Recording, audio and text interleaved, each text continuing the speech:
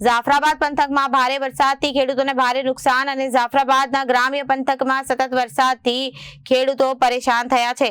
જાફરાબાદના Lord ગામે ભારે વરસાદથી ખેડૂતો મુશ્કેલીમાં મુકાયા છે અને લોર ગામમાં ખેડૂતો એક કપાસ અને મગફળીનું વાવેતર કર્યું હતું।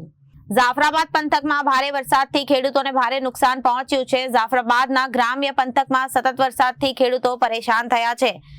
જાફરાબાદના લોર ગામે ભારે વરસાદથી ખેડૂતો મુશ્કેલીમાં મુકાઈ ગયા હતા અને લોર ગામમાં ખેડૂતોએ કપાસ અને મગફળીનું વાવેતર કર્યું હતું। છેલ્લા થોડા દિવસથી આ વિસ્તારમાં સતત વરસાદથી પાક નિષ્ફળ જવાની શક્યતા છે અને સતત વરસાદથી ખેતરોમાં પણ પાણી ભરાઈ ગયા છે અને મગફળી અને કપાસનો પાક ફેલ થવાની શક્યતા દર્શાવવામાં આવી છે। મારું નામ કાળાભાઈ રામભાઈ ગોહિલ, ગામ લોર, તાલુકો જાફરાબાદ, જિલ્લો અમરેલી।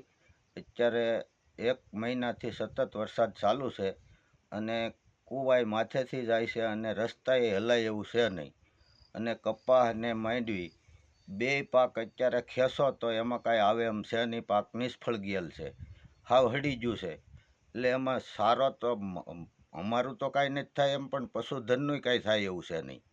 આવી પરિસ્થિતિ છે અત્યારે। વણના જીંડવાઈ બાટી જશે અને હળી જશે અને કપાસ પણ રહે એમ છે નહીં। આ તમે જોઈ શકો છો પાણી કેટલું ભર્યું છે અને આ ખેતરમાંથી આવી જ રીતે હાલ્યું જાય છે।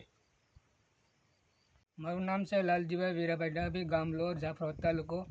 અમારે ત્યારે માંડવીમાં પાણી હાલ્યું જાય છે, રેચક થઈ ગયું છે। પછી પાણી માંડવી હાથમાં કાવ્યું નથી, 4 મહિના થઈ ગયા છે, પાક પૂરો થઈ ગયો।